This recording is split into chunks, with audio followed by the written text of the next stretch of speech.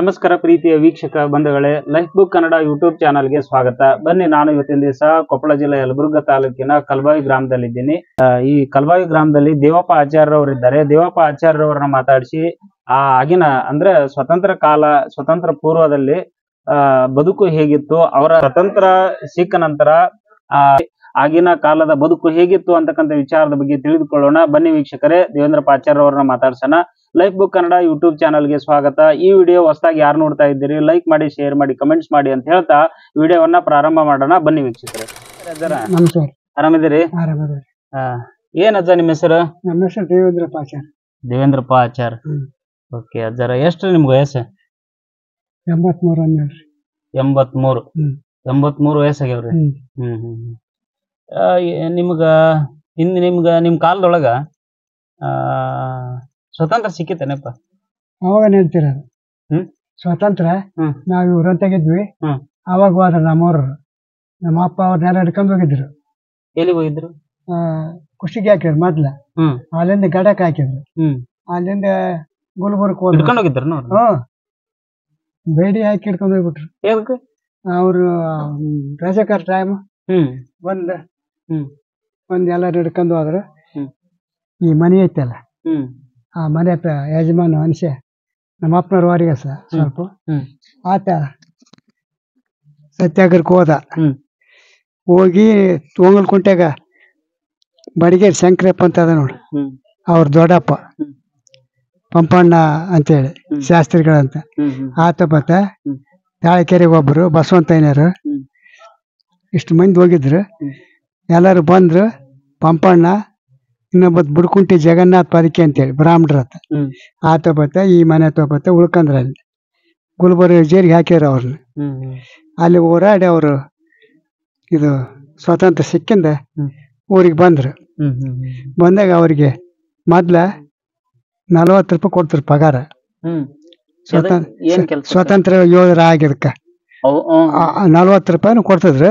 ಆತ ನಮ್ಗೇನ್ ಮಾಡ್ತದ, ಲೇ ಬಿಡ್ರಿ ತಗೊಳ್ರಿ 1 ರೂಪಾಯಿ ತಿನ್ರಿ ಏನ್ರದ ಕೊಡ್ಬೇಕು. ಯಜಮಾನ್ ಮನುಷ್ಯ ಕೊಡ್ತಿದ್ದ. ಹೌದ್ ಕಾಕತ್ತ ಅಂತ ಇಸ್ಕೊಂತಿದ್ವಿ. ಕುಷ್ಟಿಗೆ ಹೋಗಿದ್ವಿ ಪಗಾರ ಎತ್ಕೊಂಬರಕ್ಕ. ಬಂಡಿ ಕಟ್ಟಿಗೆ ಅವ್ರದ್ದು ಇತ್ತಾಗ, ಲೇ ಬಂಡಿ ಕಟ್ಟಿಬಿಟ್ರಲ್ಲೇ ಹೋಗೋಣ ಕುಷ್ಟಿಗೆ ಪಗಾರ್ತ. ಯಾವಾಗ 100 ಆತು, 5,000 25 ತಾನೆ ಆಗಿಬಿಡ್ತಿ. 25,000 ಆತ ಜನ್ಮ ಬಿಡೋದ್ರ 25,000 ಆಯ್ತು. ಅದು ಅಜ್ಜಿಗೆ ಬರಕತ್ತಿ ಎಂಟಿಗೆ.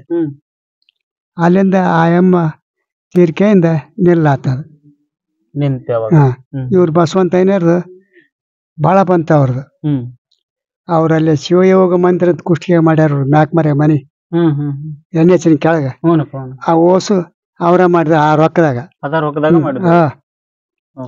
ಇವು ಎಲ್ಲವು ಜನರಿಗೆ ಇರ್ಲ ಅಂತೇಳಿ ಅವ್ರ ಕಣ್ಣು ಆಪರೇಷನ್ ಮಾಡ್ತಿದ್ರು.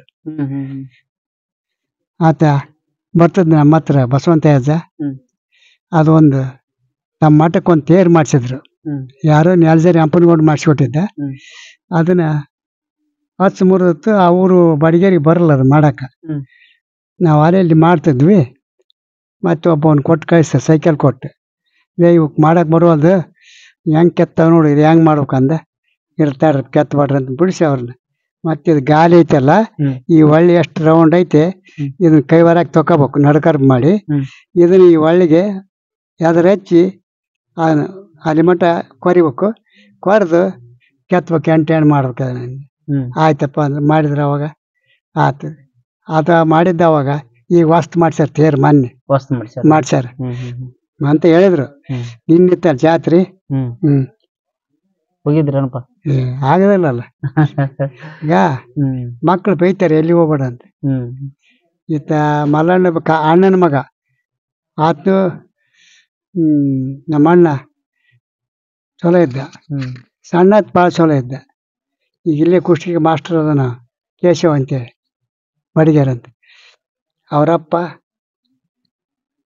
ಈ ದ್ಯಾಮಣ್ಣ, ಇವ್ರು ಹೊಸರು ಒಂದು ನಾಟಕ ಮಾಡಿದ್ವಿ. ನಮ್ಮ ಮತ್ನು ಇದ್ದ. ಭಕ್ತ ಮಾರ್ಕಂಡೆ ಅಂದ್ರೆ ಭಕ್ತ ಮಾರ್ಕಂಡೆ ನಾಟಕ ಮಾಡಿದ್ರೆ ಅದ್ರೊಳಗ ಆತ ಯಮಧರ್ಮ ಪಾಠ ಮಾಡಿದ ತಮ್ಮ. ನಾನು ನಾರದನ್ ಮಾಡಿದೆ. ನೀವು ಮಾಡ್ತಿದ್ರಿ ಪಾಠ. ಮತ್ತೆ ಈತ ಒಂದು ಹಾಸ್ಯ ಪಾಠ ಮಾಡಿದ್ದೆ ದ್ಯಾಮಣ್ಣ. ಯಾವಾಗ ಇಲ್ಲೇ ಹಾಕಿದ್ವು ಸ್ಟೇಜ್, ಜೀವಂತ ಕೋಣ ಸ್ಟೇಜ್ನಾಗ ಯಮಧರ್ಮ ಕುಂತ್ಕೊಂಬರಕ್ಕ. ಈ ಶಿವ ಆತೇನು ಸತ್ಯಾಗ್ರಹಕ್ಕೆ ಹೋಗಿದ್ದ ಆತನ ಮಗ ನೀಲಕಂಠಪ್ಪ ಅಂತಿದ್ದ, ನಮ್ಮವ್ರಿಗೆ ನಮ್ಗೆ ಸಣ್ಣವ, ನಮ್ಮ ತಮ್ಮನವ್ರಿಗೆ ಅವ ಮಾರ್ಕಂಡೆ ಮಾಡಿದ್ದ, ಭಕ್ತ ಮಾರ್ಕಂಡೆ. ಅದು ಒಳ್ಳೆ ಯಶಸ್ವಿ ಆತ ನಾಟಕ. ಜೀವಂತ ಕೋಣ ಮ್ಯಾಗ ಹತ್ಕೊಂಬಂದ್ ನಮ್ಮ ತಮ್ಮ, ಮ್ಯಾಲೆ ಅದಕ್ಕೆ ಜೋಲಾಗೆಲ್ಲ ಹಾಕಿ ಗೆಜ್ಜೆ ಕಟ್ಟಿ ಕೊಳ್ಳ ಗಂಟೆ ತಗೊಂಡು ಬಂದು ಸ್ಟೇಜ್ನಾಗ ಮಂದಿ ಅಲ್ಲೋಡಕ್ಕೆ ಕಲ್ಬಾಯಿ ಕಂಬಾರ ಕೋಣದ ಮೇಲೆ ಇಲ್ಲೆಲ್ಲ ಮಾಡ್ಲಿಲ್ಲ ಮಂದಿ ಅವರು ಬಂದಾರ, ನಮ್ಮನ್ನ ಇಮ್ಮೆಟ್ಟಿದೀವ ಹಳ್ಳ್ಯಾಗ ಅಂತೇಳಿ ಅವ್ರು ನಕಲಿ ಮಾಡಿದ್ರೆ. ಮತ್ತೆ ಅವಾಗ 2 ರೂಪಾಯಿ ಆಯ್ರ. ನಮ್ಮ ಅಣ್ಣ ನಮಗೆ ಬೇಡ, ಕಂಪನಿ ಮಾಡಿಬಿಡ್ರ ಅಂತ ಕನ್ಸಿ. ಆತ ಮೇಲೆ ನಮಗೆ ಬಲ ಪ್ರೇಮ ನಮ್ಮ ಅಣ್ಣ ನಾಟಕದ ಮೇಲೆ. ಮತ್ತೆ ದೈವತರು ಅಂತ ಕರ್ಣ ಕಲ್ತು ಅದ್ರಾಗ ಭೀಮನ್ ಮಾಡಿದ್ದವ ನಮ್ಮ ತಮ್ಮ. ಇನ್ನೊಂದು ಹುಡುಗ ಈತ ಕರ್ಣ ಪಾಠ ಮಾಡಿದ್ದ, ಮಾರ್ಕಂಡೇಯ ಪಾಠ ಮಾಡೋದು. ಕುಂತಿ ಪಾಠ ಒಬ್ಬ ಹೆಣ್ಣು ಹುಡುಗ ಗಂಡು ಹುಡುಗ ಮಾಡಿದ್ದೆ. ಆತ ಬುಡ್ಕುಂಟಿ ಜಗ್ಗಪ್ಪ ಪದಕಿ ಅವರ ಕಲ್ಸಾರ ಡೈರೆಕ್ಟರ್ ಅದಕ್ಕೆ. ಆತ ಹೇಳ್ದ ಸತ್ಯಾಗ್ರಹದ ಓಟು ಹಿಂಗಲೇ ನಾವು ಅಲ್ಲಿ ಅಷ್ಟು ಕಷ್ಟಪಟ್ಟು ದುಡಿದು ಸ್ವಾತಂತ್ರ್ಯ ಮಾಡ್ಕೊಂಬಂದಿವಿ ಅಂತ ಹೇಳ್ಬೇಕು. ಆಯ್ತ್ರಿ ಅಪ್ಪ ಅನ್ಬೇಕು. ಆತಗ ರೊಕ್ಕದು ಏಟ್ ಕೊಟ್ರೆ ಸಾಲ್ತಿದ್ದಿಲ್ಲ. ಏನು ತಾಡ್ದು ಬಿಟ್ಲು.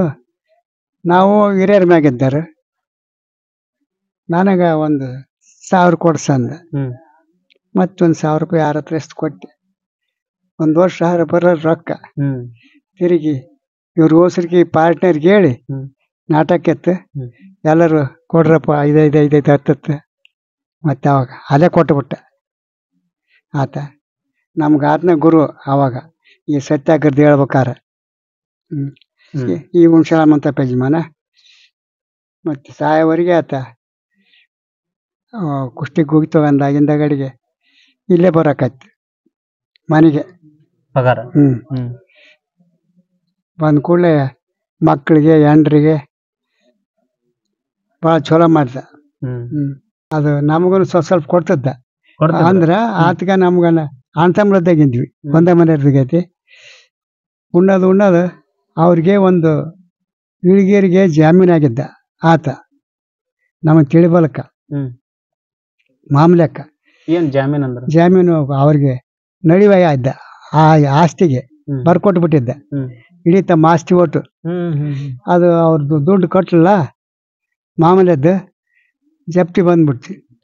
ಎಲ್ಲ ಅವ್ರ ಮನೆ ಸಾಮಾನು ಹೊತ್ಕೊಂಬಂದು ನಮ್ಮ ಮನೆಗೆ ಇಟ್ಕೊಂಡ್ವಿ. ಅವ್ರಲ್ದನು ಗೂಡು ಸಿಂಗದ ಬಳ್ಳಿ ಏರೇರಿ ಮತ್ತೊಂದು ಬೇರೆದ್ರಲ್ದಾಗ ಹಾಕಿದ್ವಿ. 3 ವರ್ಷ ಹಿಂಗ ಮಾಡಿದ್ವಿ. ಅವಾಗ 4 ಎತ್ತು ಒಂದಿಟ್ಟು ರೊಕ್ಕ ಕೊಟ್ರು ಅವರು. ಹೋತ ಆತನ ರೊಕ್ಕ ಭಾಳ ಜಾಮೀನು ಆಗಿದ್ದಕ್ಕೆ ಜಾಮೀನು ಆಗಿದ್ದಕ್ಕೆ ಯಾರಿಗೆ ಅಂತ ಇದು ಉದಾಹರಣೆ. ಉದಾಹರಣೆ ಯಾರಿಗೂ ಏನು ಜಾಮೀನು ಆಗಬಾರ್ದು ಅನ್ನೋದಕ್ಕೆ ಒಂದು ಉದಾಹರಣೆ. ಮೋಸ ಮಾಡಿಬಿಟ್ರು ಅವರು. ಕೊಡ್ಲಿಲ್ಲ. ಹಿಂದಗಡೆಗೆ 4 ಎತ್ತು ಕೊಟ್ರು. 20 ತೊಲೆ ಬಂಗಾರ ತಾಳ್ಕೆರೆ ಒತ್ತಿಟ್ಟಿದ್ದ, ಅದಕ್ಕೆ ಬಿಡ್ಸ್ಕೊಳಕಾತೆ. ಅದು ಅವಾಗ ಇಂದಿರಾ ಗಾಂಧಿ ಇದು ಬಂತಲ್ಲ, ಯಾರು ಇಟ್ಕೊಂಡು ಹೊಳ್ಳಿ ಕೊಡ್ಬೇಕಂತೇಳಿ ಅವಾಗ ಹಾಕಿ ಪಕ್ಷಿಟ್ಟು ಒಯ್ರಪ್ಪ ಅಂದ್ರಂತ. ಅವ್ರು ಇಟ್ಕೊಂಡಾರೆ. ಬೇಡಪ್ಪ ನಿಮ್ಗಿಟ್ಟು ತಗೊಳ್ರಿ, ಬಡ್ಡಿ ಬೇಡ, ಗಂಟೆ ಅಷ್ಟು ತಗೊಳ್ರಿ ಅಂತ ಕೊಟ್ಟು ಬಿಡ್ಸ್ಕೊಂಬಂದು. ನಿಮ್ಮ ಬಾಲ್ಯದ ಬಗ್ಗೆ ಹೇಳ್ರಪ್ಪ. ಅದು ನಾವು ಹುಟ್ಟಿದ್ದು ಸಿರುಗುಂಪಿ, ನಮ್ಮ ಅಮ್ಮ ಅವಂತ ಅವ್ರ ಮನೆ.